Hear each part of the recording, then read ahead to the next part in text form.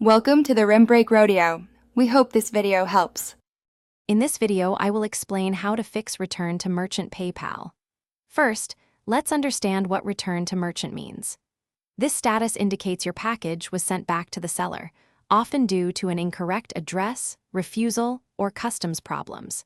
It's a common issue that can delay your refund or the arrival of your item, so knowing how to address it is crucial for a smooth resolution. Next, verify the status with both PayPal and the merchant. Log into your PayPal account and carefully review the transaction details for any errors. Then, reach out to the merchant directly. Confirm they received the returned item and understand their policy for refunds or reshipments. Providing your PayPal transaction ID and the tracking number will significantly speed up their ability to assist you. If the merchant can't resolve the issue, it's time to contact PayPal support.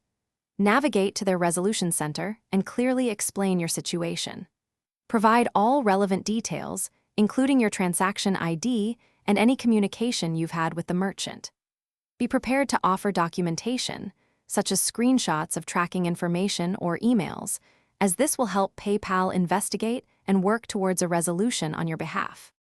To prevent future return to merchant issues, always double-check your shipping address and contact information before finalizing any purchase.